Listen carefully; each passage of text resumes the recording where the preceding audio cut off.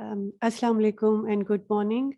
My name is Nasra Hayat. I'm clinical psychologist at Shaukat Khanum. I welcome you all in the Psycho-Oncology session at the 21st Shaukat Khanum Cancer Symposium. Dr. Muhammad Asif, he's accompanying me in this session. The first talk for today's session is Dr. Muhammad Asif. Dr. Muhammad Asif is a consultant psychiatrist. Dr. Asif has worked for Shaukat Khanum as well, and currently he's working as a consultant psychiatrist for older adults in Northeast England region. Dr. Asif, over to you, please.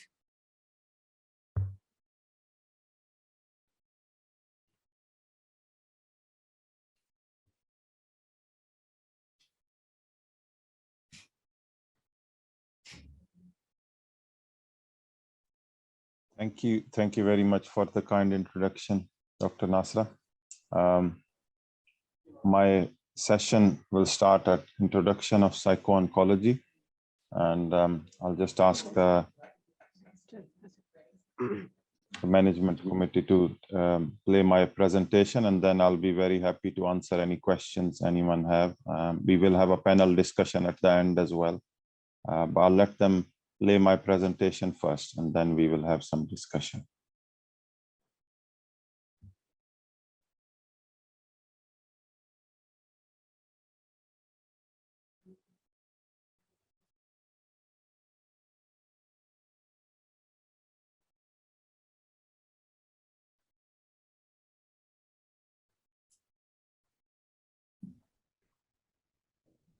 Good morning. My name is Dr. Asif. I'm consultant psychiatrist, and I'm starting this very interesting session with introduction to psycho-oncology.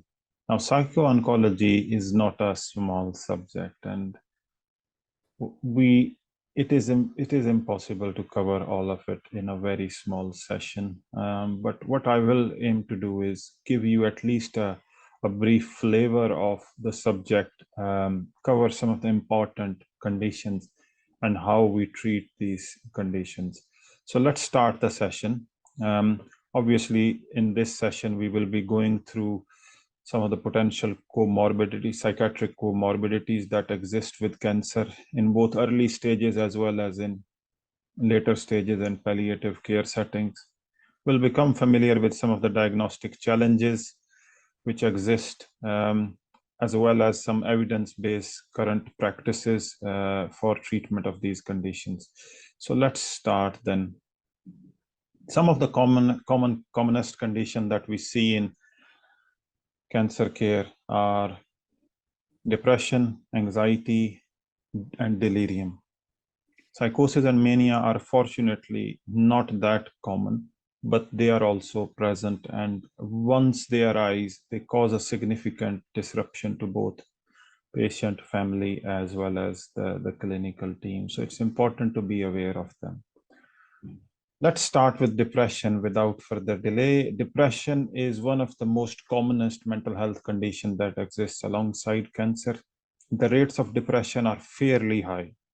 So according to the paper of Levinson, the rates of depression are at least 25% higher in cancer patients in comparison to general public. The rates, of course, vary according to different areas and cancer. So, for example, esophageal cancer, 22 to 57%, in pancreatic, 33 to 57%, breast and lung, there is a bit of different variation.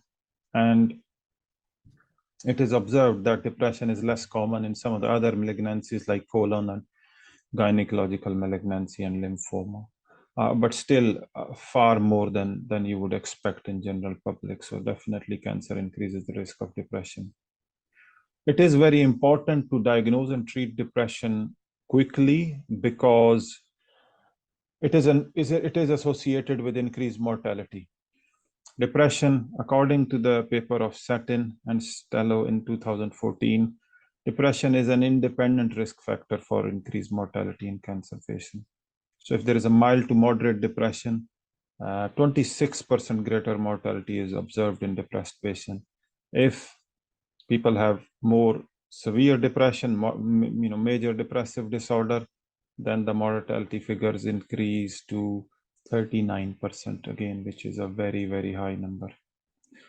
There is a bit of linkage between chronic inflammation, stress, and depression as well. And there is a theory that maybe the depression could be contributed by chronic inflammation, which is associated with some of the cancer condition. But it's an interesting area and one which requires further exploration and research, perhaps. Now, depression in palliative care, unsurprisingly, is also fairly high. Some of the figures suggest prevalence of 13 to 20%. Obviously, there are some factors which increase the risk of depression further. For example, a loss of meaning, lower spiritual well-being. Obviously, they increase the risk of depression further. Pain and disabilities. So these are the most striking sort of triggers and exacerbating factors. So either pain or disability increase risk of depression a lot higher, as well as poor outcomes. Obviously, again, with some of the CNS lesions or metabolic endocrine complication, the risk of depression increases. Likewise, some of the treatment for cancer, for example, steroid treatment, as well as treatment with vincristine, vinblastine, some of the other chemotherapeutic agents, again, increase risk of depression in these patients. Assessing depression in terminally ill patient can be slightly challenging. Why? Because some of these people will still have physical symptoms of depression, or we call it biological symptoms of depression. For example, low appetite and poor sleep. These will be present whether they are depressed or not. And I'm sure all of you have seen those symptoms. So our diagnosis often relies on more sort of psychological and cognitive symptoms rather than direct physical complaints. Again, there are some red flags with depression. So hopelessness, suicidal ideation, all these indicate more severe depression in people. Again, a paper of K.M. Sok in 2009 talks about depression mixed with anxiety in lots of patients. So for example, mixed anxiety depression symptoms were seen in 12.4% of the cancer population. Depression alone was present in 18.3% and anxiety in 24%. Mixed symptoms were common in some of the GI cancer or oncological conditions, for example, stomach, pancreatic, head and neck and lung cancers. All these had a slightly higher risk of both anxiety and depression. Low rates were seen in breast cancer, and again, mixed symptoms in 2 to 3 of normally depressed population had anxiety symptoms. Suicidal ideation is another important red flag when it comes to depression treatment and assessment. So there is an interesting paper by Levinson in 2005 and Fang in 2012. And they talk about relative risk of suicide. And unsurprisingly, the relative risk is fairly high in first week of cancer diagnosis.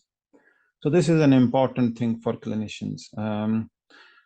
If someone is seriously, severely distressed or disturbed following their diagnosis, kindly seek help from either Psycho-Oncology team or psychiatric psychological services in your area, because these people are at high risk of severe complications, severe depression, possibly suicide. So these people need help, especially if they don't have social support, family support, then kindly arrange that help for them.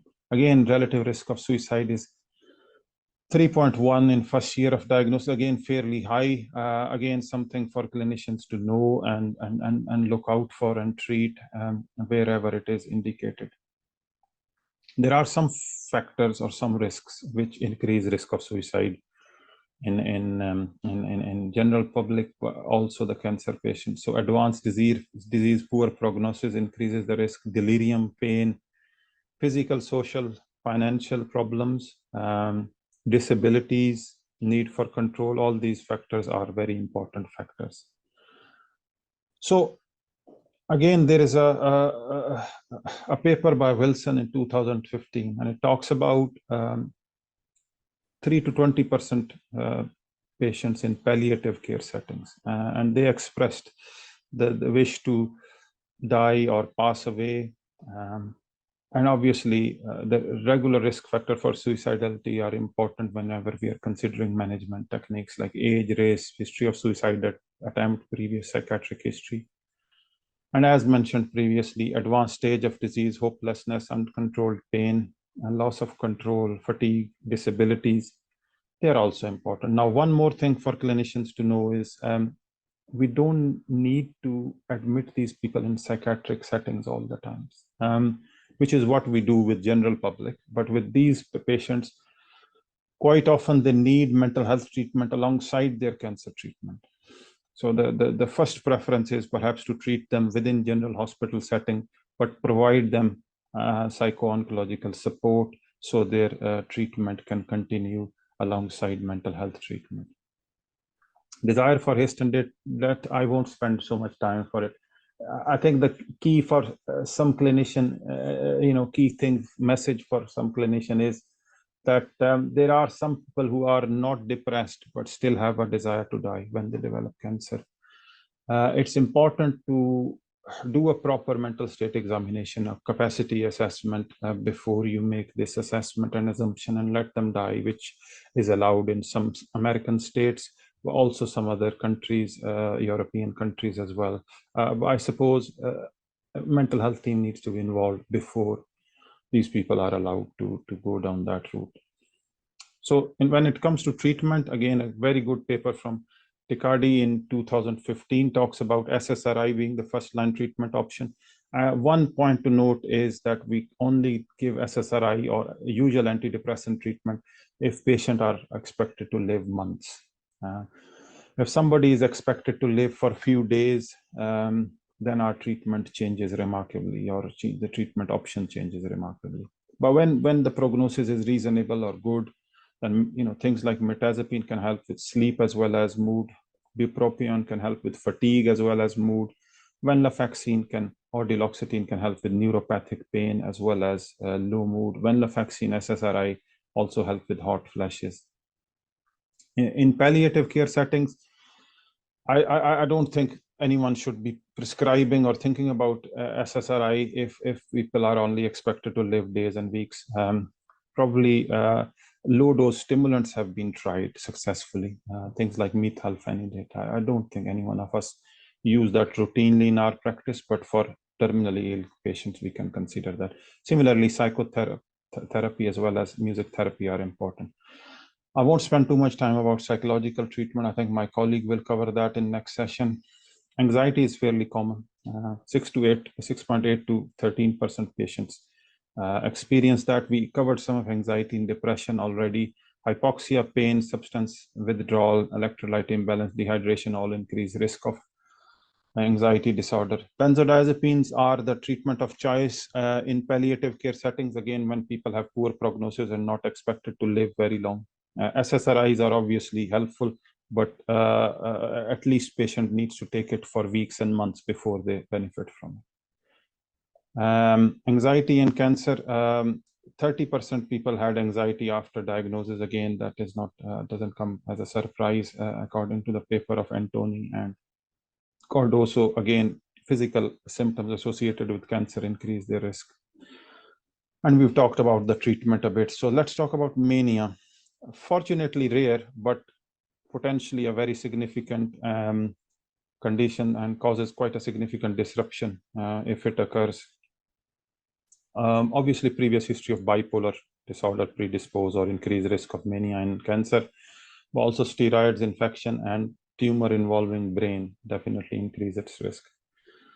The treatment aim should be to prescribe mood stabilizers, and I think we need to refrain from traditional mood stabilizers like lithium because, again, they are slow acting, they have more physical health side effects, and yeah, they're slow in action. Whereas some of the valproate and carbamazepine, as well as some of the newer mood stabilizers like neuroleptic medication, they are far better choice and they'll act quickly and help these patients much quickly.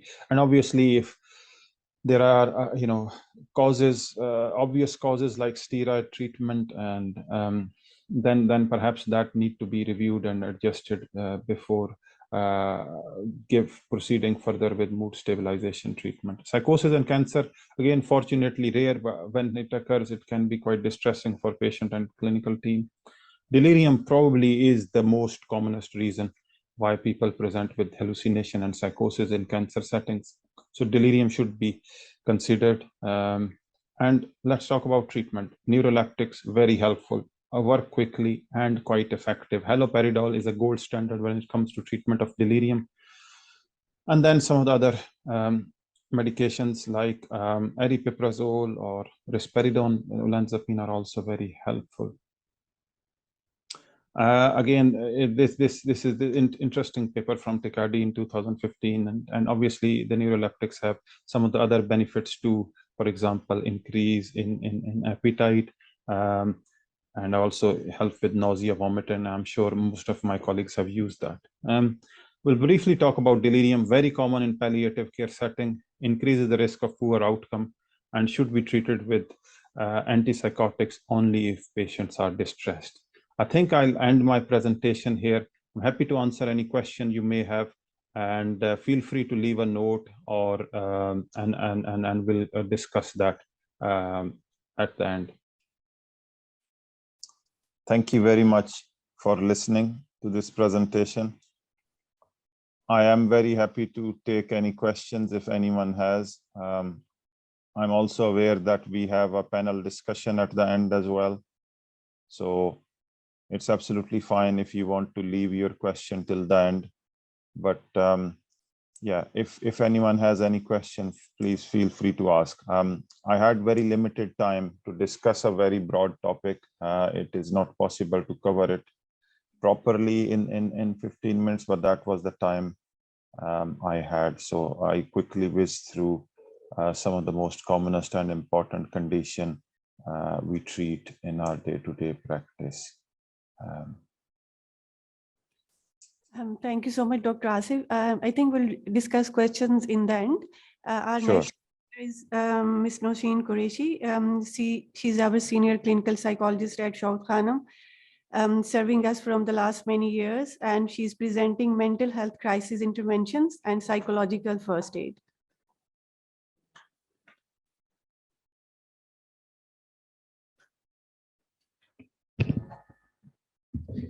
Assalamu alaikum. Assalamu alaikum and welcome to the session. I am Nosheen Qureshi, senior clinical psychologist at Shaukat Hospital. I'm going to present mental health crisis interventions and psychological first aid. A stitch in time, save 9. This is the concept of psychological first aid. A little help, rationally directed and purposefully focused at a strategic time, is more effective than extensive help given at a period of less emotional accessibility. First, I would like to define mental health crisis that needs interventions. According to James and Gillard, crisis is a perception of experience of an event or situation as an intolerable difficulty that exceeds the person's current resources and coping mechanisms.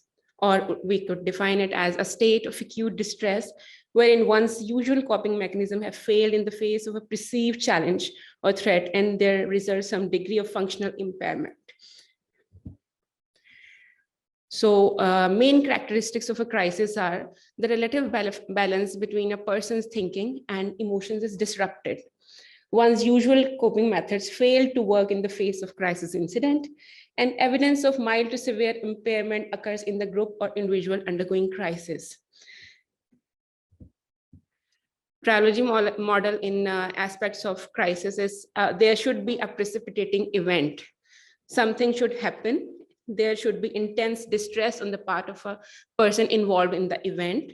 A breakdown of person's usual coping methods, causing the person to function at a lower level than before the event and have difficulty dealing with the stressor. If there is no breakdown, obviously there is no requirement of crisis interventions. Potential stresses that could cause a crisis are loss of loved ones. It could be because of natural death, and it could be due to any accident. Any traumatic event can cause crisis, any relationship issues like divorce or breakup, discrimination in different countries, you have observed that it could cause crisis, losing your job when you need it most, failure in a class is a crisis, natural disasters, violence, terrorism, substance abuse, medical diagnosis like life-threatening illness. In our hospital, we have observed that when some person is diagnosed with cancer, obviously this is a time of crisis for the person and the family as well. They are just, and there is just a breakdown of their emotion. There is a breakdown of their resources. How it reflects. There are changes in behavior. There are changes in physical well-being, psychological health, thinking pattern. They may be more irritable. They may be anxious. They may be very apprehensive. They may don't believe in God anymore. They may have spiritual or existential crisis. They may have lower social interactions. They may not want to meet anyone.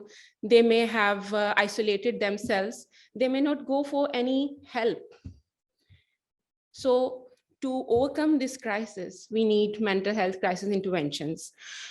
Crisis interventions are not that therapeutic model that is used commonly in psychological structure. Usually, these are short-term methods, and these short-term management techniques designed to reduce potential or permanent damage to an individual affected by a crisis. A short-term technique used to address an immediate mental health emergency, stabilize the individual in crisis, and create and implement a safe, appropriate plan for next steps and future treatment. So our goal will be to stabilize and control the situation.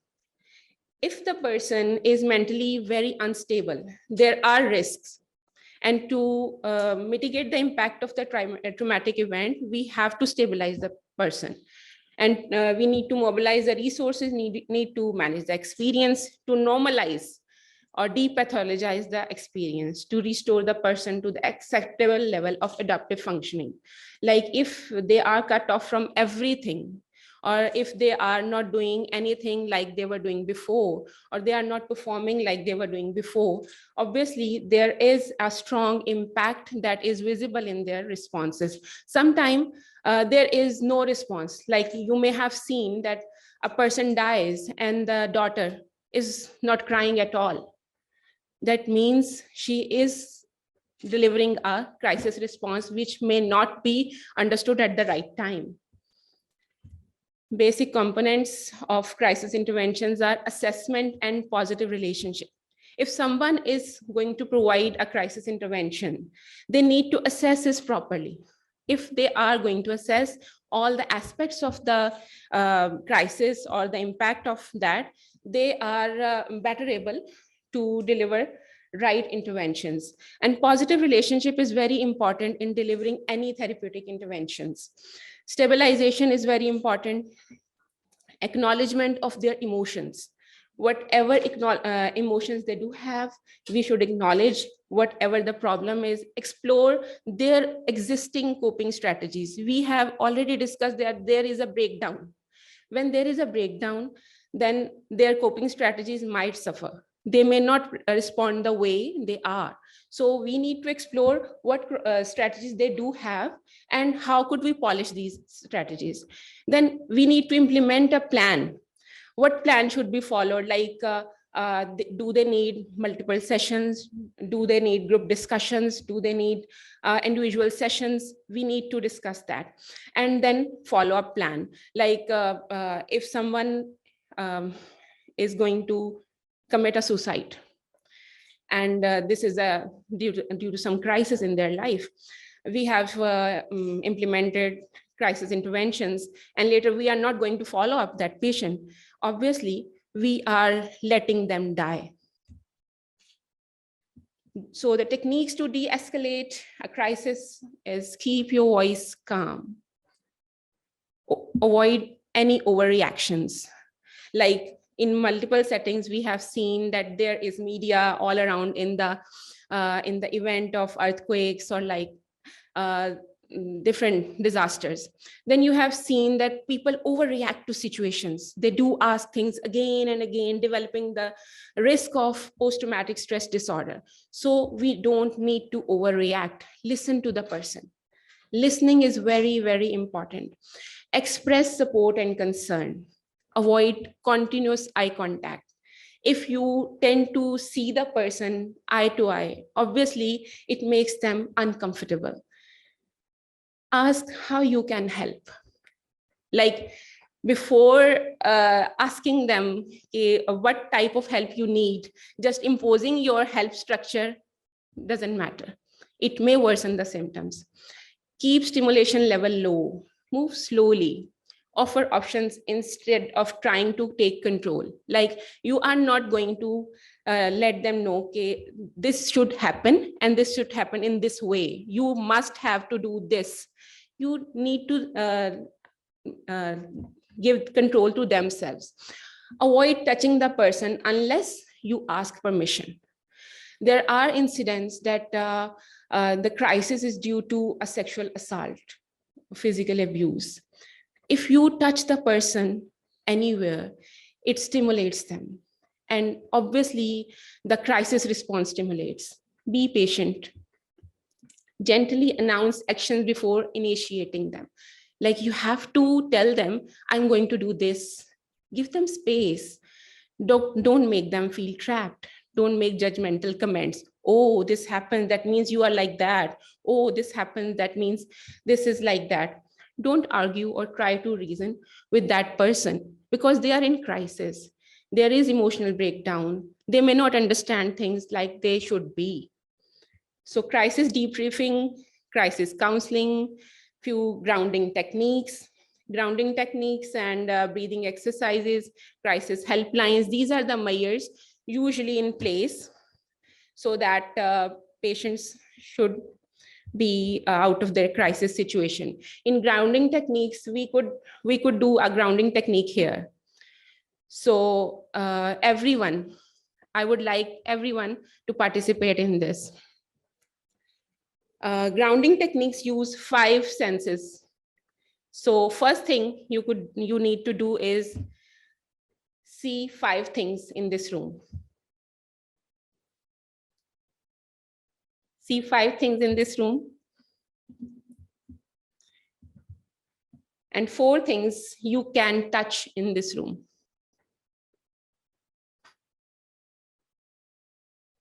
Any 3 things you can hear in this room. Any 2 things you would smell or would like to smell in this room. 1 thing you taste or would like to taste. So how was the experience, Ms. Nasra? It's very different experience actually. You can see 5 things, you can touch few things, but sometimes it's very difficult. You can smell and you can taste when you are sitting here as a moderator. So it's very difficult. I can't eat anything here. I can't taste. So anyone else? It's very difficult. Ms. Tanzila, what would you say? You were actually doing. Yes, yes. So it's a great idea. I feel that taste. You feel that taste. Taste of what? Bitter, sweety, and sweet. Okay. So breathing exercises could be a good idea. Breathing exercises, usually what people do, they do breathing exercise in a wrong way. They usually breathe through their lungs while giving deep breathing exercises. While the idea in psychology is to breathe through your diaphragm, through your, so the actual breath comes out and you feel relaxed. There are crisis helplines in different countries to help support the victims of any crisis. There are crisis teams designated to any crisis interventions. So the second part is psychological first aid. An initial disaster response intervention with the goal to promote safety, stabilize survivors of disaster, and connect individuals to help and resources. This is defined by American Psychological Association. What psychological first aid is. Usually, psychological first aid, again, a short-term method, but it is usually intervened by first respondents. This doesn't mean that you should be a psychologist to deliver psychological first aid. These are just trained individuals who could provide any sort of psychological first aid, like physical first aid.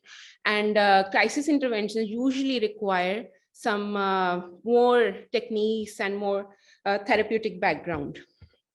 It encompasses protecting from further harm. Sometimes in crisis, there is a potential of harming self, others, or being harmed by the environment. So the aim of psychological first aid is to protect them from further harm, providing the opportunity for survivors to talk about the events, but without pressure.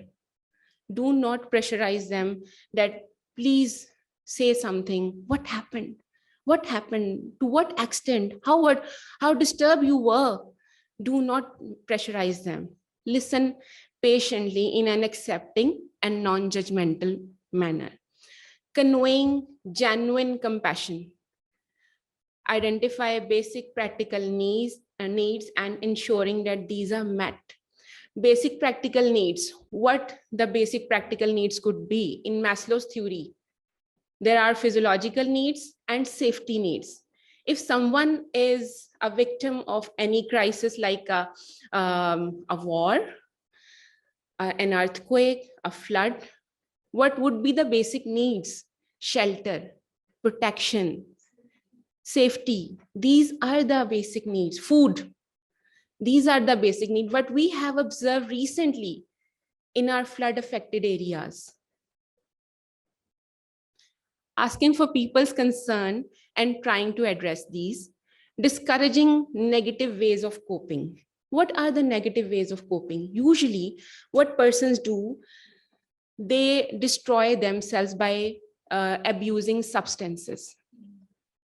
Alcohol, use of cigarette, drugs. They are trying to cope this way. Encouraging participation in normal daily routine, if possible, and use of positive means of coping. Like if we can make them feel normal, back to normal routine in a safe camp, then they should start living like they should be. Encourage but not force. Company from one or more family members or friends. So this is sometimes the crisis is due to some family member. So assess the need. Initially, we have focused on assessment. What are the basic problems? So assess the need if they require company from their family or they require support from outside. As appropriate, referring to local available support mechanism or to trained clinicians. Like you have provided the psychological first aid. Now it's over. You need to assess that they need a proper treatment from a trained clinician to avoid symptoms of post-traumatic stress disorder. Rapid model is usually followed in psychological first aid, rapport, assessment, prioritizing, intervention, and disposition. So rapport is what? Reflective listening. Say who you are, demonstrate calm, and meet any basic physical needs, like I have discussed before. Assessment means screening for evidence of adverse reactions, and prioritize, determine the urgency for psychological interventions. Sometimes you have a large group of people around you, and you are very few people or very few first respondents and there to help. Then you have to triage. You have to prioritize which group needs immediate support and which group could receive it later. Or you could divide them in larger groups so that the persons who have common needs should be addressed accordingly. Then comes the intervention. Briefly summarize what you have heard, normalize reactions, provide reassurance, and help form a plan of management. So what we are discussing is we are actually helping them cope. We are not coping in their place. We are letting them out of that crisis. We are not there to make them do what we want to. We are just helping them. Disposition and the contact and plan a follow-up. So look, listen, and link model is used. I will describe it in children. When a disaster happens, children could be a victim. So look for whether the child is alone or accompanied by others. Protection needs such as risk of exploitation or abuse should be assessed. And now listen refers to the first aid provider communicates depending on child's age. Most of the time, age appropriate counseling is missing. We provide support in a language they don't understand. We provide support in a language that is age inappropriate. That doesn't matter how supportive you would be if it is not reflected by your words. About needs and concern with age appropriate questions. Sometimes we used to talk about our own children. He is so much intelligent. He asked so many questions in different settings. I got embarrassed at some points when he asked so much questions. And when someone is in crisis, they may have a lot of questions for which you may have no answers. Link is to assess the child's needs with the child and caregiver whenever possible. Help the child access protection and service for basic need. Give them age-appropriate information. Help parents and caregivers support their children. Help children to distance themselves from the stresses or danger by providing space for play or referring them to a child-friendly space together with their caregivers. So when we are providing a lot of support as first aid respondents or crisis counselors or psychologists or mental health practitioners or persons working in cancer setup, like any physician working in death and dying situation, obviously there is a strong risk of compassion fatigue. What is compassion fatigue? A multi-component construct that consists of both burnout and secondary traumatic stress. What is secondary traumatic stress? It is a secondary exposure to trauma, traumatic events, or the extreme stress experienced by others, usually thought the role as a helper or caregiver. Like you have listened to multiple stories, and by the end of the day, there is a breakdown at your part. Sometimes you may have, you are palliative care physicians. You have seen patients and you are talking to your patients like your disease is advanced and there's not much to do. And you may have seen 10 consecutive patients who have almost the same situation. And by the end of that clinic, how do you feel? How do you feel?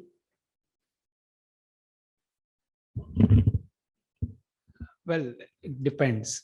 It depends. It depends on. So sometimes it's very difficult, and it's so difficult to accept that we have been through this situation, talking to patients about the thing that they are going to have. Their life is going to end soon.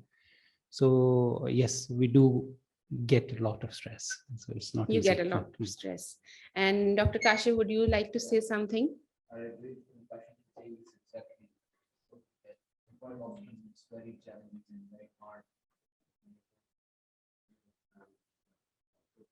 Different aspects of their care and telling them that there is not much hope towards the end. Obviously you need to come across in a very gentle way and in the hindsight when you reflect and review that's kind of second victim. Yes, obviously. That is secondary traumatic stress. Would you like to add something? Please introduce yourself first. So I'm the physician from Shaukat. Okay.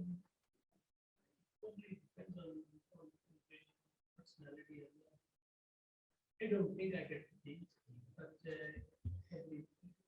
I think their job is different. We see them at the start of the disease process. We see them towards the end of the. So that was the reason I first asked both of you. There are different perspectives. But I do see them like on the boards and in PR. Perhaps I don't see them on an as regular basis as they do. I've got breaks and I see some people who have completely recovered and they're moving on with their life. So your journey is different. And my journey, definitely. Your journey is different. That's why your response is different. Sir, please, would you like to?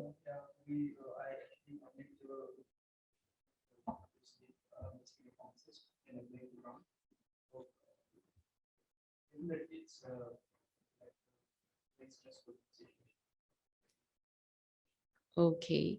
So everybody agrees that there is an element of compassion fatigue in death and dying situations, or the persons dealing with death and dying situations. Usually to assess compassion fatigue, there is a professional quality of life questionnaire or survey, a 30-item self-report, and provides 3 subscales: burnout, secondary traumatic stress, and compassion satisfaction.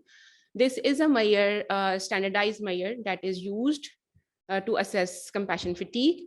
And in treating the compassion fatigue, we aim to focus on the following: awareness of compassion fatigue. So first thing is to get aware that there is an element of compassion fatigue. Identification of current self-care, what measures you take for yourself, and identification of problematic thinking, behavioral patterns you would have, then skill building barriers, then your problem solving resources, and then your planning ahead resources. All of these matter. So here we end our presentation. Thank you so much for your time. I hope you get something out of it. Any questions? Thank you very much, Dr. Nausheen, for an excellent presentation. We've all seen... Thank you so much, Mr. Nausheen. Over to you, Dr. Asif. Thank you very much, Dr. Nas. So we've all seen lots of people in mental distress. I'm sure all of our clinical colleagues have seen them, but it is helpful to know how to approach them. It is also helpful to know the causes of those distress and how to manage them. Thank you very much for sharing your grounding techniques. There are a couple of questions. I've made a note of them. I think we will all discuss them all in the panel discussion. So if you can kindly wait a little while before we start discussing the questions, please. So next I will introduce another excellent speaker. He's Dr. Salman Shafiq. He's a consultant psychiatrist working in northwest of England. He graduated from Punjab Medical College, Faisalabad, and then completed all his postgraduate training from northwest England. He has published numerous papers on human behavior, and he's a reviewer for numerous journals. And in his presentation, he's now going to discuss the attitudes of Pakistani population towards the mental health problem. So over to you. Kindly play his presentation.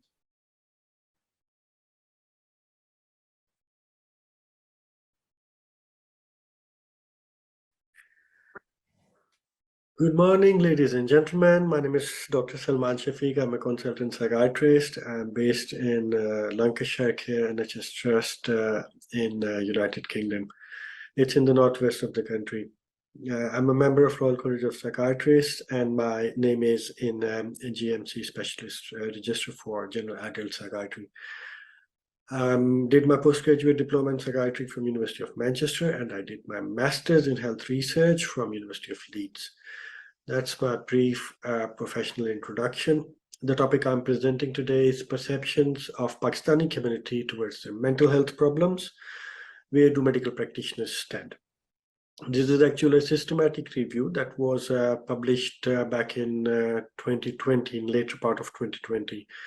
And I carried out this systematic literature search in 2019 and 20 when I was working in Shaukat Khanum Hospital, Lahore. This highlights the importance of opinion making, evidence-based opinion making, actually. All the opinions about Pakistani community, Pakistanis, and their perceptions towards mental health are based on the literature findings, on the research findings. They are not based on hearsay, they are not stock or popular opinions, and they are not acquired or borrowed from somebody. They're purely evidence-based, and I'll take you through the steps that I took for this literature search and share the findings with you. So let me share the first screen with you. Just bear with me for a second. Here we go. So as I mentioned about myself, the objectives was to explore how Pakistani community perceived their mental health problems by systematically reviewing the literature. And as I mentioned earlier, it was published in later part of 2020 in Global Psychiatry Archives, which is an international scientific journal. The methods included identifying and critically appraising the studies that are identified. And I identified three major databases, PubMed, Cochrane database, and Google Scholar, from where the studies were gathered. And then the selection criteria simply was that researchers aimed to find perceptions and understandings of Pakistani participants regarding their mental health by adopting scientific methodologies. Then with regards to extraction of data, reading the selecting papers and organizing the findings under specific categories that was done, and a table was made for quick analysis. And then data was analyzed and knowledge was synthesized based on available findings. Let's go to the next slide. I'm sorry, there's some problem on my side. Yeah, the inclusion criteria included papers that followed the observational and interventional study design. I included all designs, for example, quantitative or qualitative studies, cross-sectional studies, experimental studies, RCT, and so on. The study participants must have been of Pakistani origin. It was expected that it's done on Pakistani nationals, whether they're living inside the country or they're living outside the country, somewhere else. Majority of Pakistan, if the study is conducted elsewhere, then it was expected that the majority of participants is of Pakistani origin. Or the authors have offered a separate set of results for Pakistani population. And then further on inclusion criteria, number of each studies and the percentage proportion of Pakistani participants have been mentioned in the results with the relevant statistics. I included the studies that were conducted on Pakistani minorities because they are part of Pakistani society. With regard to sample size, there was no fixed criterion, and any number of participants was accepted. Just the simple expectation was Pakistani participants should be in majority. Then with regard to exclusion criteria, if there was a mention that the study participants are of South Asian origin, but it didn't mention what exact number or proportion was of Pakistani background or origin, it was not included. For example, there was a study, one study from Glasgow that mentioned Muslim South Asian population. And in Glasgow, there is a big Pakistani community. But as the research study didn't mention exactly how many or how much, therefore it was excluded. The studies that did not follow the research methodology were excluded. For example, personal opinion of the authors, which editorials, etc., they were not included. Studies that explore understanding or perceptions on physical health problems or physical illnesses were not included. Then studies aim to find the efficacy of a specific intervention instead of checking perception were not included. Studied exploring heterogeneous group of South Asian communities, including Pakistani nationals, but not offering separate set of results for Pakistani community, as I have already mentioned. I think there's a bit of repetition there.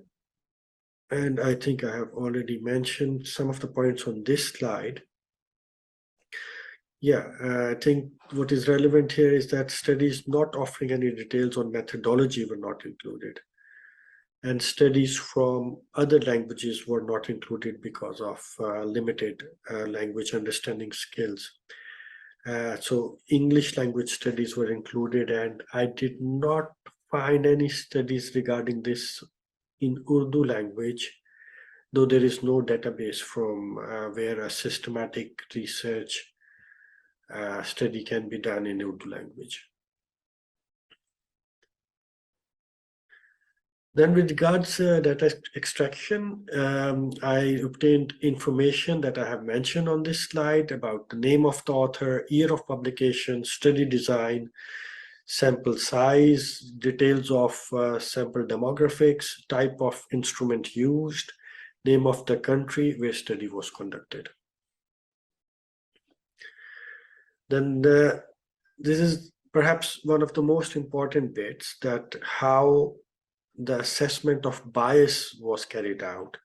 There is a Cochrane criteria on which all the selected papers were judged, and a table was made that where do they stand, where do they fall with regards the assessment of bias and their credibility.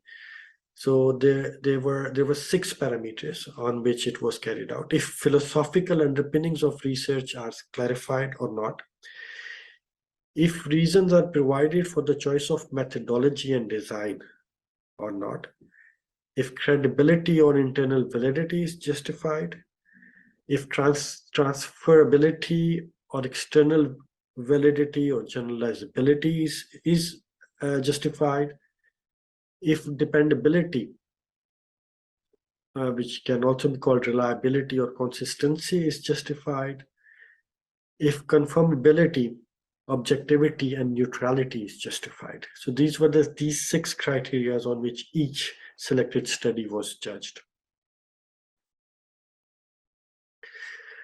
So after going through all the available literature, I identified 71 publications in total. You can see the details on the slide.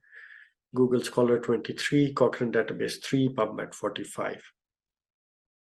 Out of 71, 28 were duplicated, 43 records were screened, 17 were initially excluded for various reasons. Number of full text articles assessed for eligibility were 26. And out of 26, 7 articles were excluded on full text review for various reasons, 7 articles were excluded, and finally 19 qualitative studies were included in the review. So coming to the results, what did I find from the paper, that what are our perceptions? I learned that the results suggested Pakistani community exhibits negligible to little understanding regarding their psychological experiences and emotional processes as separate identifiable entities. The other major finding was that nonetheless, multiple parallel socio-cultural concepts such as religion or faith-driven practices and mythical or supernatural understandings are highlighted by this research. These are accepted and practiced in order to address mental health problems. So when we look into those results in detail, there are some of important points emerge that I have put in this slide. In Pakistan, we found little to negligible understanding. If Pakistanis are living abroad, then there is a difference in their model of understanding compared to the country of emigration. A striking feature noted in the description of participants that comprised of lack of name for the condition that they were experiencing. Though description of physical symptoms was offered and they felt that they suffered from some sort of physical illness. That was the pattern both in Pakistan and out of Pakistan. More on perceptions. Expressions like weakness of brain or illness of brain, illness of suffocation, illness of poor sleep or tension were used as the cause of their problems. In UK, one researcher concluded that somatization is a part of the model of understanding of this community. And in UK, beliefs about schizophrenia or depression were noted to be ambiguous, contradictory, and subject to confirmation by personal experience rather than tested by falsification. These are the comments made by the researcher. In Pakistan, in one study, 30% of the participants attributed mental illness to as the main cause of psychotic symptoms, when we think in particular about psychosis, whilst the majority attributed schizophrenia to God's will, superstitious ideas, loneliness, or unemployment.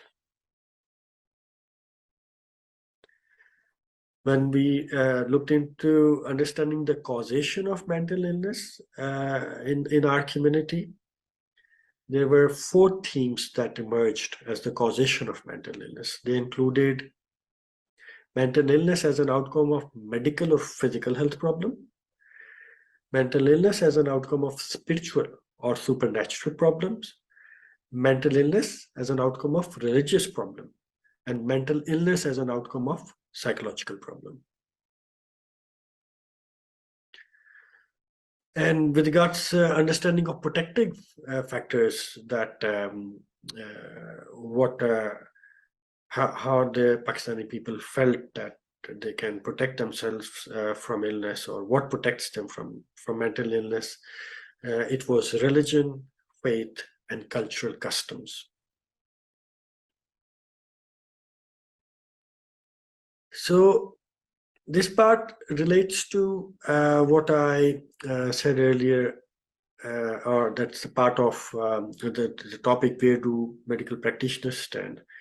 The understanding of Pakistani people about their mental health problems translates into their choice of treatment, that they of course, the direction they take to address their problem.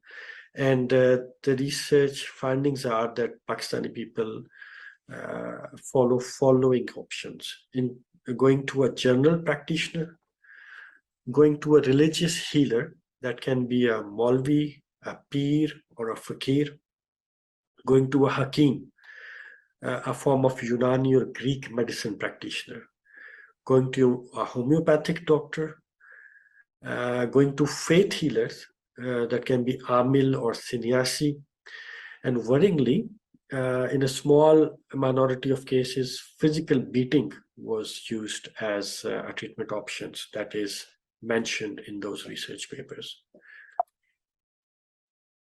Excuse me.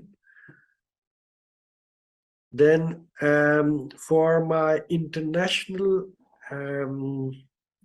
audience, I wonder how many would be attending, but for them I have put it some description here that what are the terms that Pakistani people use for causation and to those people who they go for treatment. So with regards those terms, I've just mentioned some of them here, that Hakims are kind of healthcare professionals in Pakistan that deal with non-allopathic medications. They claim to be using Greek locally called Unani medications, like I mentioned in last slide. Then there is a recurrent mention of word saya in the literature, which literally means a shadow. It's a culturally driven concept that means that an evil shadow can affect a person. Likewise, Chorail is literally, loosely meant in the same meaning as witchcraft. Jinn can be called a ghost in all the Brahmic religions. Jinns, angels are considered, believed as a separate creation from humans. So this is part of religious and cultural beliefs. Then there is a mention of mental illness affecting the izzat, or generating as a part of problems with izzat, which literally means honor. And in Pakistani culture, it is used commonly. It plays its part at various levels. For example, honor killings are quite known, unfortunately, and part of culture. Then the Maulvi is religious healer, Pir is faith healer, Fakir is spiritually uplifted person, Amil knows some magical words, Sannyasi abstains from worldly pleasures. And shamanic treatments were mentioned in some minority communities, that is kind of spiritual treatment aimed at reaching deep levels of ancestral memory. Well, then come to the limitations. With regards limitations of the study, the three major parts, Khyber Pakhtunkhwa, Sindh and Balochistan, had no representative studies. There were negligible studies on ethnic minorities. Children and old age people did not have any separate studies. 12 out of 19 studies were done in Pakistan and 5 were done in UK. And one study was done in India and Pakistan. 7 out of 12 studies in Pakistan were questionnaire based. Study in Pakistan and UK were also questionnaire mostly based, and hence 13 out of 19 studies were questionnaire based. They have their own importance, but they are not a substitute for in-depth qualitative interviews or cultural studies, ethnographic studies, or longitudinal studies or prospective studies. They were completely missing. And out of remaining 5 studies conducted in Pakistan, 1 was a focus group study. So we only had 1 focus group study, 2 were in-depth interviews, and 1 semi-structured interview study. And there was 1 vignette-based cross-sectional survey. 2 studies conducted in Pakistan were based on in-depth interview. Out of this, only 1 study took an ethnographic informed approach, which means some sort of sociology inclusion.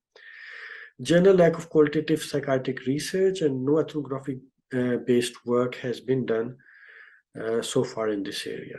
So, like I said earlier, that is almost completely missing. Most of the studies follow on general critical appraisal criteria.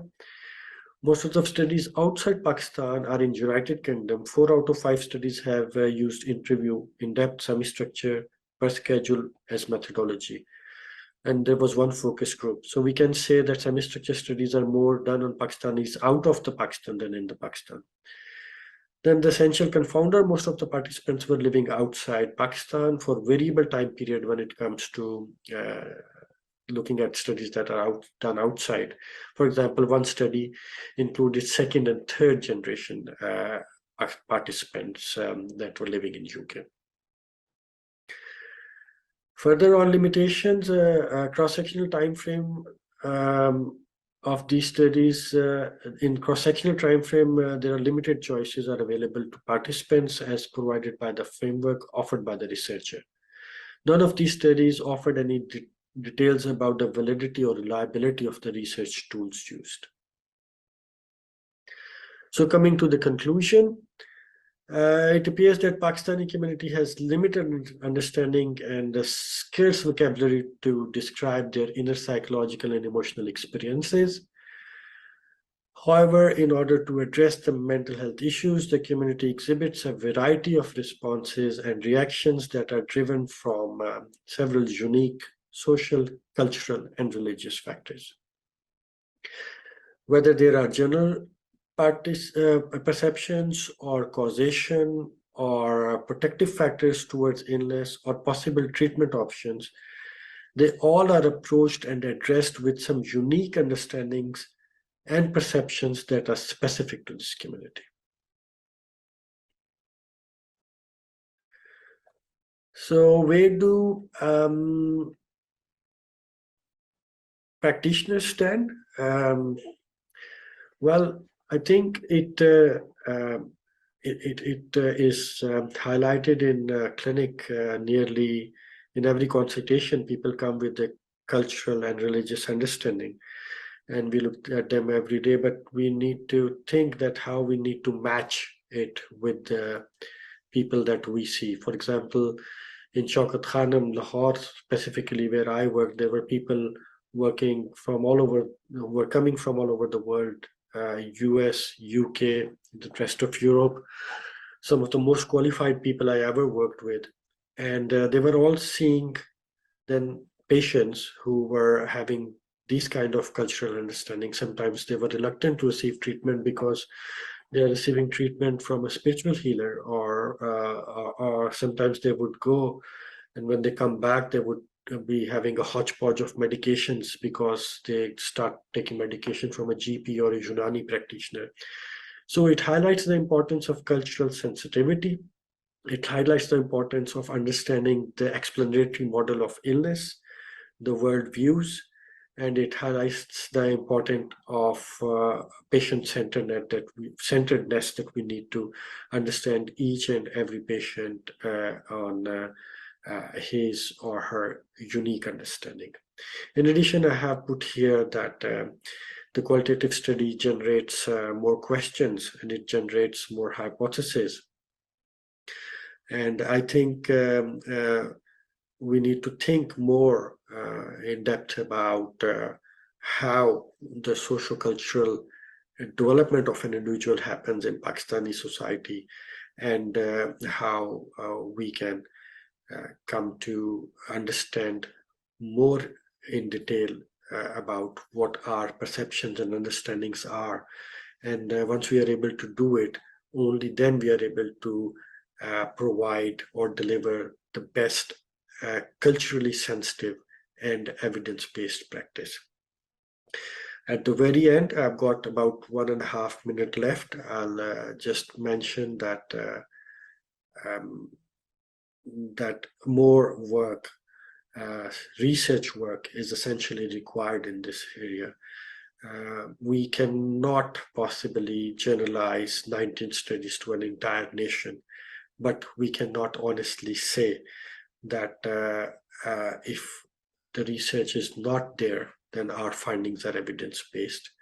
So I would finish my discussion by mentioning that we need lots of research, qualitative health research, qualitative psychiatric research in future in this area, in addition to a lot of very good quantitative work that is going almost everywhere in the country.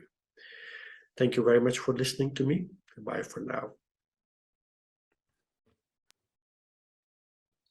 Thank you very much, Salman, for an excellent presentation. It is nice to hear your research work. So the next speaker we have is Dr. Imran Jamil. Dr. Imran Jamil is a graduate from King Edward Medical College. He has completed all his postgraduate training from America. He has worked in Albert Einstein School of Medicine in New York. His area of interest include dementia, Alzheimer's disease, also addictions and developmental disorders. He's currently working as consultant psychiatrist in Bashir Neurospine Institute in Lahore, and he has kindly agreed to tell us about psychosis and psychosis in cancers particularly. So I'll hand you over to Dr. Imran for further discussion.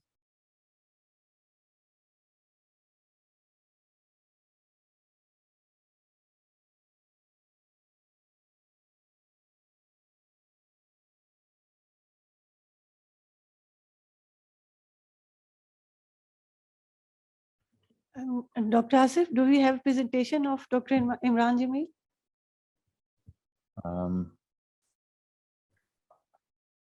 I thought Dr. Imran Jamil not there in the audience? Yeah, he's not here. Okay, he's maybe running a little bit late. So we could start our questions and answer session if that's okay with everybody, and we can go through some questions already mentioned in the chat. So while we hear more from Dr. Imran, the first question we have was about the personality traits, whether personality traits have a relationship with development of psychological problems in cancer patient. I think that is a very, very relevant question. There are lots of personality traits which increase risk of mental health problems. Quite often we see people with anxious, neurotic traits, people who have emotional dysregulation or difficulties controlling emotions. If these people experience cancer, they're more likely to get very distressed. So as a clinician, as a good clinician, it's important to recognize how people are handling this news of cancer. As I mentioned in my presentation, there is a high risk of suicide, self-harm, distress after they receive the news about cancer. So if somebody is visibly distressed and agitated, kindly provide them more support. Kindly make sure they have family around them, so they are not left alone to deal with this very difficult time. There are lots of people, again, in our observation, who recover very well from this news, and after they have time to absorb this, they then get back to their normal routines. Yeah, initially, I think it is very important that we support them and we recognize if they are distressed. So the second question, I think, came from the chat as well, about nurses' role in providing psychological first aid. So this is the question for our second speaker, Nausheen. So again, the question is, as we do distress scoring for many patients, they start crying. When you mention the distress score, they start crying, and why the clinical distress pathway begins from distress score. What do clinicians do before approaching distress score and seeing people in distress? So I'll request. The question is about nurses' role. Nurses' role in providing psychological first aid, and especially this distress pathway or distress scoring, because sometimes when you bring this up, people start crying or get very emotional. Like I have mentioned earlier in my presentation, listening, active listening is the best thing you could do while someone is crying. Provide them emotional support and listen to their concerns, what they want to talk about. Do not make them feel that stop crying, stop crying. This is a response that generate negative emotions and block their actual feelings. So what they need to do is if there is a client who is distressed about their condition, their physical condition, or any psychological issues, then what need to do is listen to them, listen to the concerns, so that these could be readily, there should be readily help available. If these concerns are related to any disease related issues, that could be addressed by the primary. If these are related to any psychological issues, psychologist is the best person to answer this and provide strategies about overcoming these. But at nurses part, what they could do is to actively listen, then reflect, and then provide support. This is all they can do. Thank you very much, Nasheen. That's a very helpful answer. I suppose I could discuss a couple of more things with both yourself and Nasra, because you've worked extensively in psycho-oncology and providing support to the cancer patients. Do you feel you need to support, I mean, either of you can answer this, either Dr. Nasra or Dr. Nasheen. Do you feel you need to support carers as well, because they are supporting cancer patients, and whether carers can play some role in crisis interventions? Yeah, yes, Dr. Asif, because carers have very important role, because they are going through with different phases, as Nasheen mentioned, distress. So we need to support families as well. If you want to comfort the patient, and if you want to relieve the patient distress, you need to deal with the families as well. I think what I understand from your question is the carers means the care providers. Yeah, the family or the care provider, if Like, in case they don't have family. The team and the carers of the patient.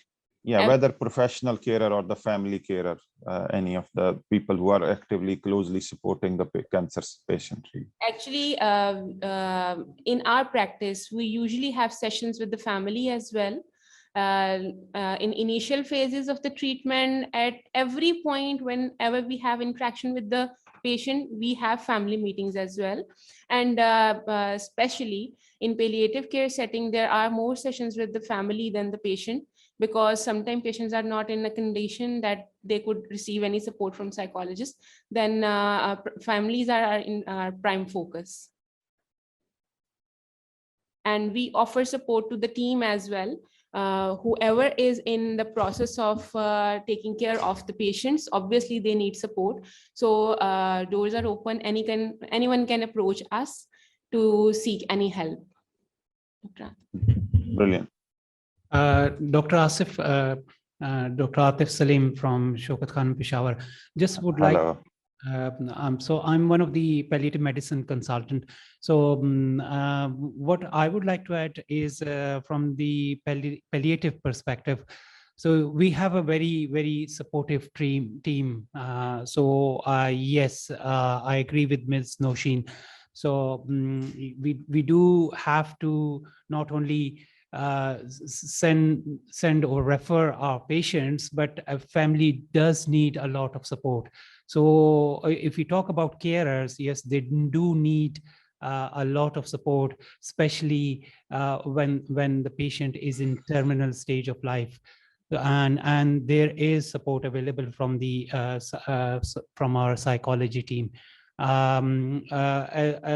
We were talking about the nursing role. Nurses, what I think is they are with the patient like 24/7 when they are in the hospital. So they do provide, they can provide a listening ear. So and this is one of the things that matters a lot, especially towards the end of life, because unfortunately there aren't many medications available to help with the symptoms. They do relieve to some extent, but there is a lot that is required from the support point of view, and that is provided by the psychology team. Thank you. Thank you very much, Dr. Atif. That's really helpful to hear that. Is there any question from the audience they want to ask? Sorry. Dr. Asif, I have a question for you. As Yes, Dr. yes, please. mentioned in his presentation, what is the best strategy to deal with cultural sensitivity?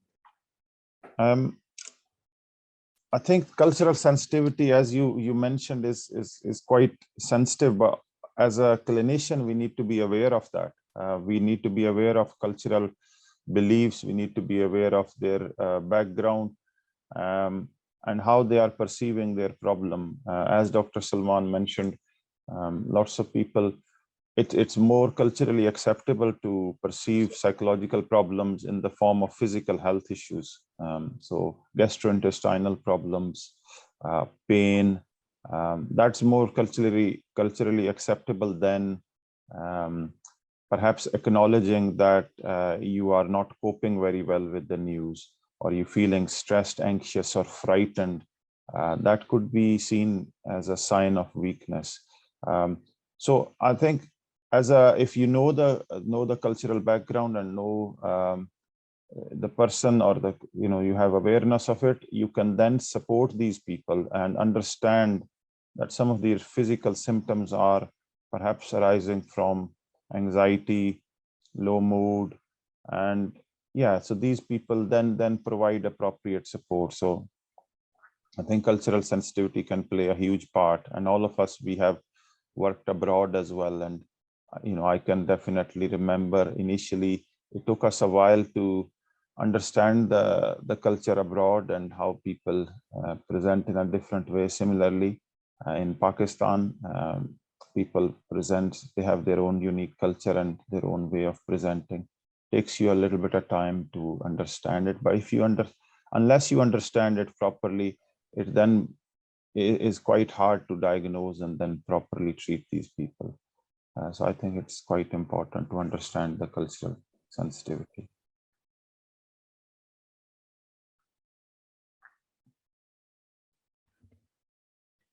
Is there any more question from the audience, or I think we will be having questions. We had some problem with the presenter.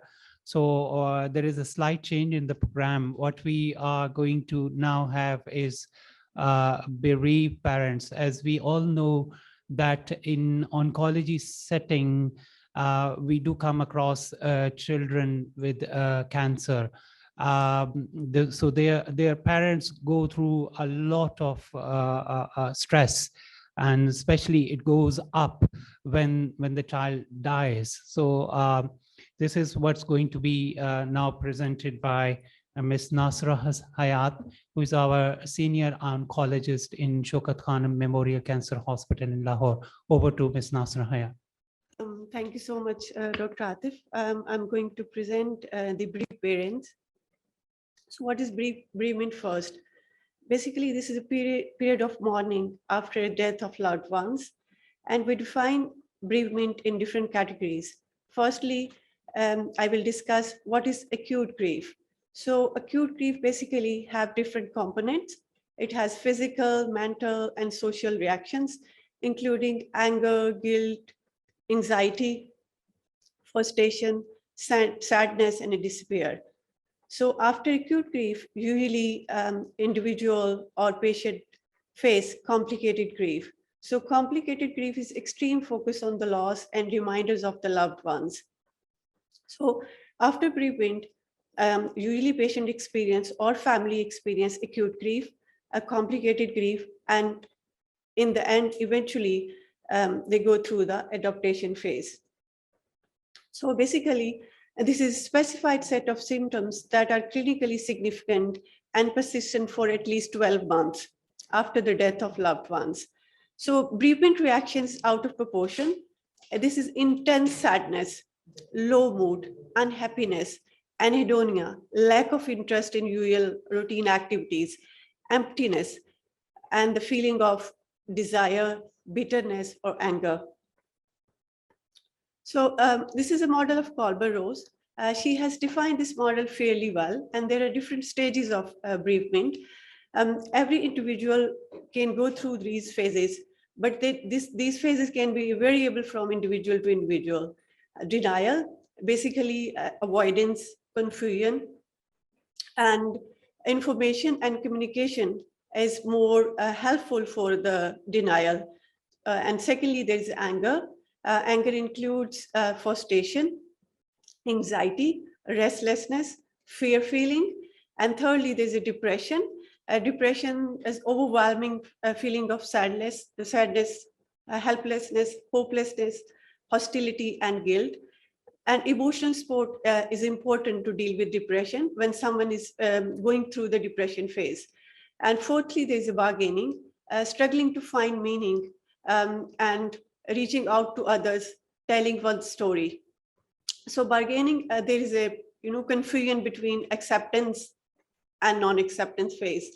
And eventually there is acceptance where individual find the meaning and explore the options, how he can deal with the depression, anxiety, or eventually acceptance. So guidance and direction is very important for acceptance phase. So I'm going to share a story of mother who has experienced loss and coping. 2 years and 9 days ago, my beautiful daughter died. 2 years and 9 days ago, my world fell apart. A time has changed. There are still no days without tears. Sorry, not a single day. I'm trying to remember all the love and happiness we shared, but I'm not there yet. 2 years and 9 days later, I'm still broken, but the world keeps moving on. There's a story of father. During the first 6 months, I wasn't completely there at work. I couldn't concentrate. I would work until 10 o'clock at night every day just to keep myself busy. I only wanted to work and keep working just so I would not have to be at home. So I have mentioned these two stories because I want to clarify between two genders. So intuitive grievers experience waves of emotion, and there are different emotions like scream, cry, shout. I just feel sad all the time. Usually they express this type of feelings. And then secondly, there are instrumental grievers, express grief not consciously. They're very internal. I can't focus since he died. I can't concentrate. So deal with grief as a couple. It is very important to understand each other different strategies. So women process grief in intuitive style, as I mentioned earlier, because they express more emotions. They are usually very talkative. On the other hand, men are instrumental grievers, more likely to describe it in a physical or cognitive terms. They're not very expressive. So what we should say to the parents or any who is facing through the bereavement, what would feel healing helpful to you right now? So what do you need most today? Tell me about your beautiful child. What do you miss the most? You don't deserve this pain. I wish I could take it away from you. What's your favorite memory for her? I'm thankful to witness your courage and bravery and strength. So what we should not say to the parents, not all wounds heal, no matter how much time passes. Living a life without beloved ones is a wound that forever bleeds. So no matter how many bands aid cover it over time. Let's go move on. This is a negative strategy. So we should not say to the parents, anything that implies get over will only add more unnecessary pain and hurt to bereaved parents already gaping oozing wound. Have a faith. We should not say this. Bereaved parents already feel isolated and alone, and judging a grieving person's level of faith by their depth of grief is not only illogical, it's downright very painful for the parents as well. Everything happens for a reason. No, it doesn't. Sometimes things happen for no logical reasons at all. Saying everything happened for a reason is possibly the fastest way to make a grieving parents more depressed or angry. At least he died young. At least he didn't suffer. Any sentence starting with at least should never be spoken to the bereaved parents, never, ever. Be thankful you can have more children. Be thankful for your living children. Telling someone who has lost more than you can ever imagine to thankful is like hitting your heart on the face.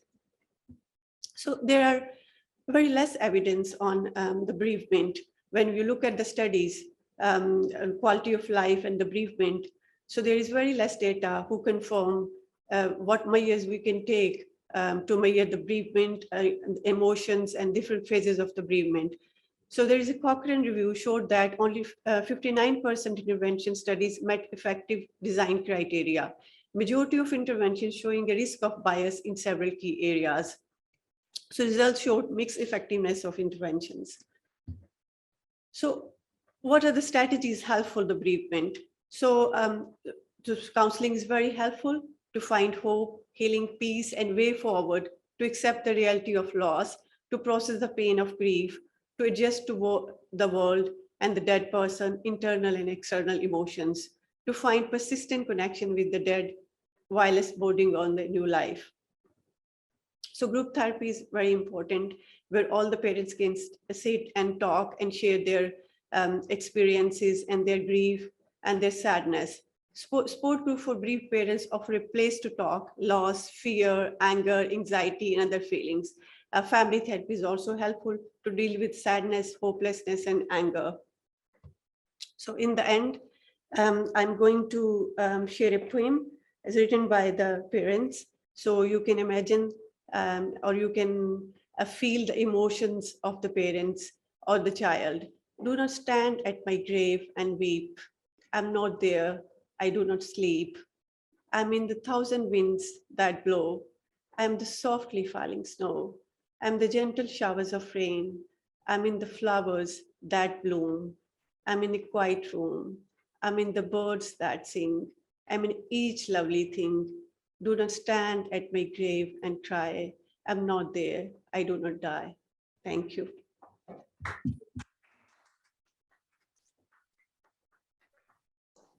Thank you. Thank you very much, Dr. Nasra, for very interesting Thank you very much, presentation. Ms. Nasra. That was great. Over to Dr. Asif. Yeah. Just a quick question about the grieving parents and bereavement. How do you deal with Any those? questions from the audience? Small question regarding the loss caregiver cycle. So the cycle that the 5 stages of grief that you showed, are those linear, or does every patient have to go through those 5 phases, or is it something that some patients might actually just go through or experience one of those phases and not all? Because in my understanding of grief is very similar to pain. It's a very personal experience. Everyone's grief is not going to be the same as the other person. So do you expect every patient to go through all those 5 stages, or is it something that is experienced uniquely by individuals? Like someone might experience, let's say, 50% or one of those things, but less than that, or may not just experience any of those particular individual stages at all. Yeah. Thank you. Very nice talk. Thank you. There are individual differences. Some families or some parents can experience depression first, and then they go to the acceptance phase. And sometimes they can experience all the stages. There is a variability, and there are individual differences. Some parents can go through all the stages, and sometimes they can experience only one stage. So any other questions? Dr. Nasra, just a quick comment and question.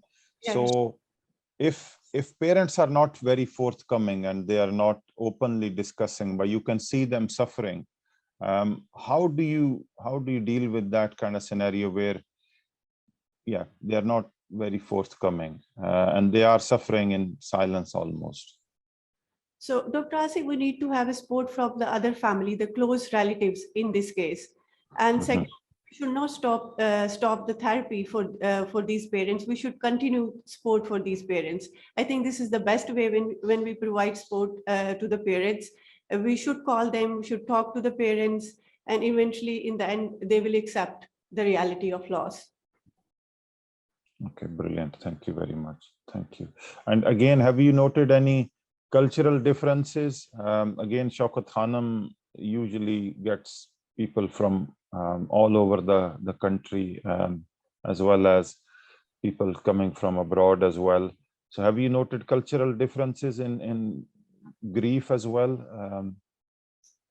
The stages I have mentioned, the Kolber stages, these are the international stages. So anybody, anywhere from the world can experience these stages. Yes, but the phase of bereavement or grief can be variable from individual to individual. Okay, brilliant. Thank you very much. Thank you very much, Dr. Nasra, for explaining that. I think if there are no further questions or comments, then we could finish early and get our audience a chance to have a cup of tea or coffee. If there is anybody who wants to ask anything, we are available and happy to answer. Dr. Asif, Dr. Atif, I just wanted to ask one thing regarding the psychological illnesses that we encounter in especially in palliative care settings. So there are certain risk factors present, like hopelessness, uncontrolled pain, and a loss of kind of ability to support the family members. So out of these or others, what do you think is the commonest that you have seen in our patients, in patients from this part of the world, and in patients you have seen in the West? So is there a difference in the cultures? There is a difference in cultures, yes, absolutely. So there are people in Pakistan, again, I think religion plays quite a big part, and quite often religion helps them accept their pain and difficult events. They accept it as a will of God, and that really helps them process that trauma. Family support also, I think, helps in the cultural Pakistani cultural setting. So having a lot of family support definitely helps them adjust more quickly to the problem. Also, family support provides practical help as well, which a lot of people need. In West, generally, it's a different model. So in my experience, I mean, this is just my experience. I do not want to generalize this, but what I have noted is in West, there is a more emphasis on individual life and privacy. So kids from young age, they are expected to be independent individuals and able to deal with their problems on their own. So when they encounter a problem like cancer, they are more distraught. And these people need a lot more support, and especially if they don't have any, if they don't have any spiritual beliefs or any religious views. Again, they're more likely to be more distressed and traumatized by this news. So they will need more support, more reassurance, making them feel safe and secure. So they can process and deal with this. The main key, I think, thing for all our psycho-oncology professionals is that we need to provide these people a space to process their trauma. They are going through a difficult period at that time. And I'm sure all the other clinicians working in oncology field can also do that. Provide them space, give them opportunity to express, understand their cultural beliefs, so they can adjust with this difficult phase very quickly and then engage in treatment which is going to help them. I think if patient lose fight, you probably lose most of the battle, really. It's very important they keep fighting. It's very important they stay on board. It's very important they trust the care provider and continue with the treatment. So I hope I answered your question, Dr. Atif.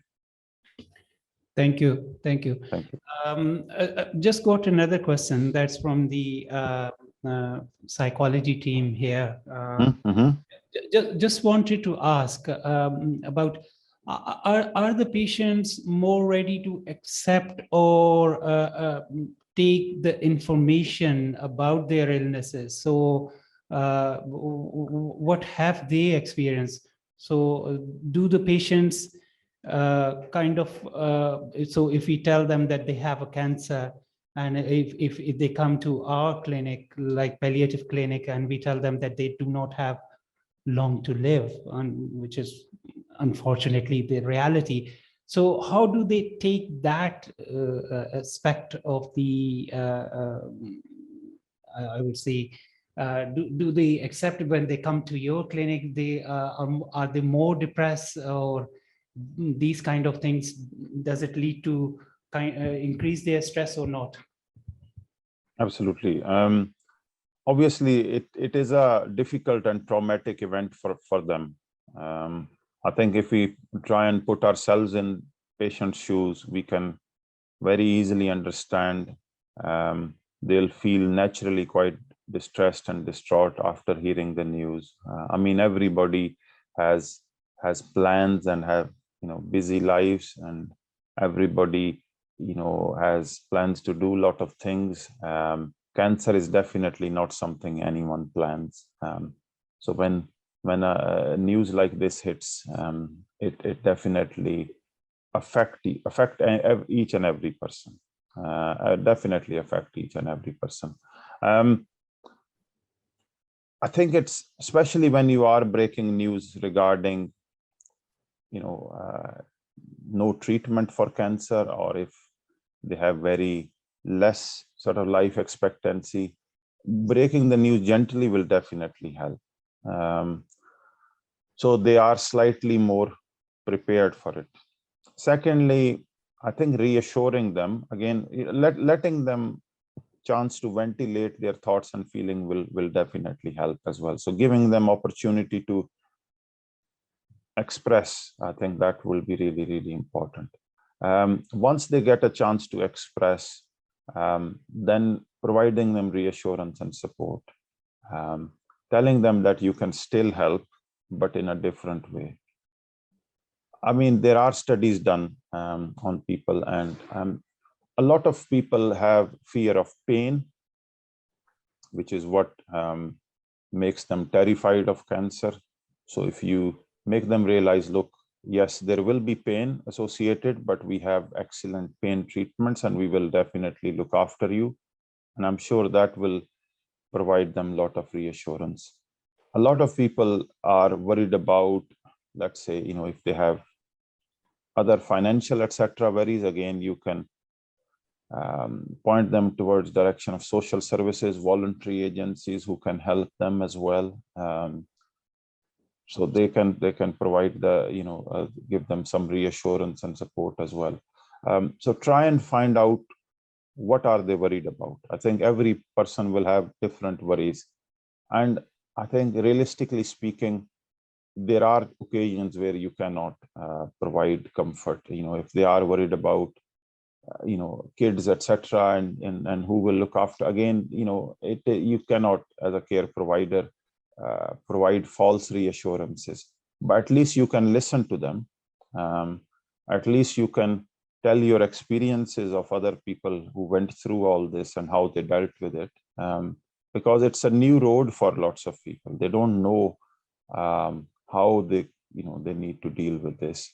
So I think giving them chance to explain, providing them, listening to their concerns, fears, trying to find some practical answers, if possible, of those fears. Referring them to Psycho-Oncology team, because we can do all that in a different settings, away from the clinic, and sometimes that helps as well. I think some of the medication can also help, as I mentioned. Yes, we use SSRIs if the person is expected to live weeks and months. But we have more stronger medication that we can use to alleviate anxiety, distress, and also make them feel more, let's say, make them feel a little bit less depressed. I mean, there are interesting studies and case reports done on use of stimulants, even, but we use it in extreme palliative care settings where person is expected to live days, and those stimulants can definitely lift some of the depression and some of the those negative feelings, but we don't use routinely due to their side effect profile. And again, I think for those kind of scenarios, I expect people to be on morphine and some really strong pain medication if we are considering using those kind of treatments. But antipsychotics also help. So the antipsychotics alleviate anxiety as well as improve the mood. The antipsychotics also have antidepressant properties as well, so are used to augment antidepressant treatment. So those interventions can be used by the psycho-oncology team if somebody is very distressed and traumatized. The main thing is provide them support, give them opportunity to ventilate their thoughts and feelings, make them feel safe and secure, and ensure them support in this very difficult journey. I think this is all we can do as a care provider. Quite often, to my surprise, we see very good results. As you know, I did clinics for Peshawar, and quite often people did not understand me, or I couldn't understand a lot of what they were saying. But still providing them opportunity to explain their point of view, listening their fears and concerns, giving them medication. You would be surprised to know that still 2/3 of people respond very well to these intervention, which is a very high number, and unexpectedly in people who are very, very distressed or very, very depressed. So I think this is all we should do. Dr. Atif, I hope I answered your question. I just want little add in this answer. Yes, please. Yes, please. Yeah, family cohesiveness and the type of the families and emotional support from the family.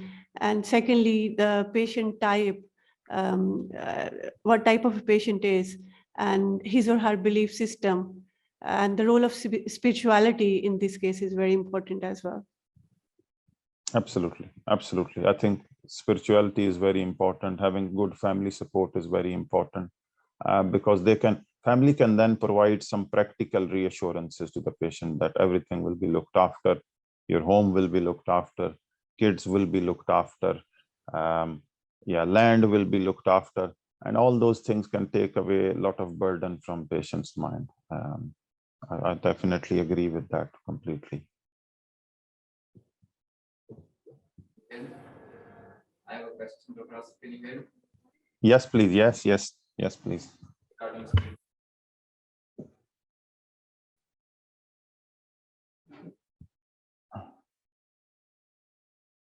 Sorry, it has suddenly gone blank, but sorry. It's okay. Please feel. We have Dr. Kashif Sajjad here. Yeah. Now I can hear. I can definitely hear you, Dr. Atif. Sorry. Please let him ask the question, and then maybe you can ask that question to me if I can't hear.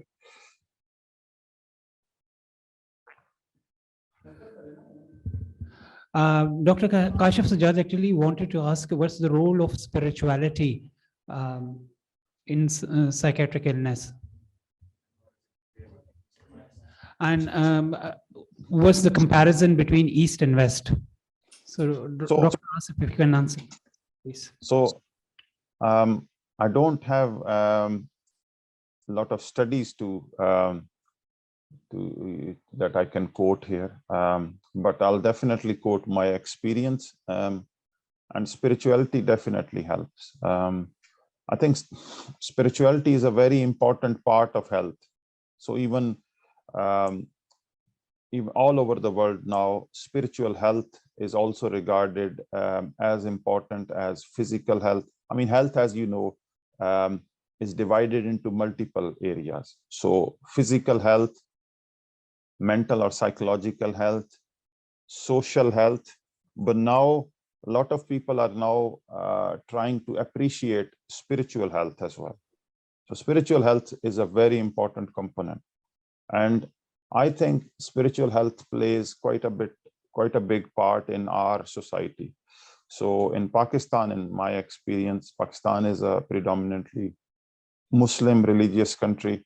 So people's faith plays an important role. A lot of people believe in afterlife. So even if they are experiencing a difficult event in this world, they believe it can then lead to something good in afterlife, and having that hope, is quite important for lots of people.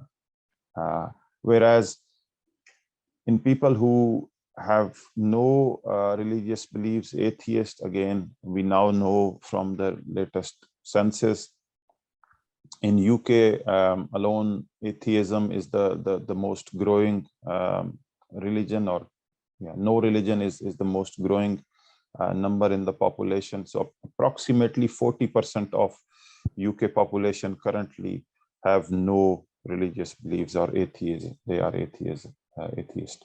So those kind of people, it is very difficult to reassure them. Secondly, they also lack that spiritual health as well. They don't have any concept of afterlife. So if this world is ending for them, then everything ends here, and that could be quite distressing and traumatic for them. As mental health professionals, again, we listen to their concern, we reassure them, we support them, we try and see if there is a family who can support them as well. Also listen to their fear and concerns.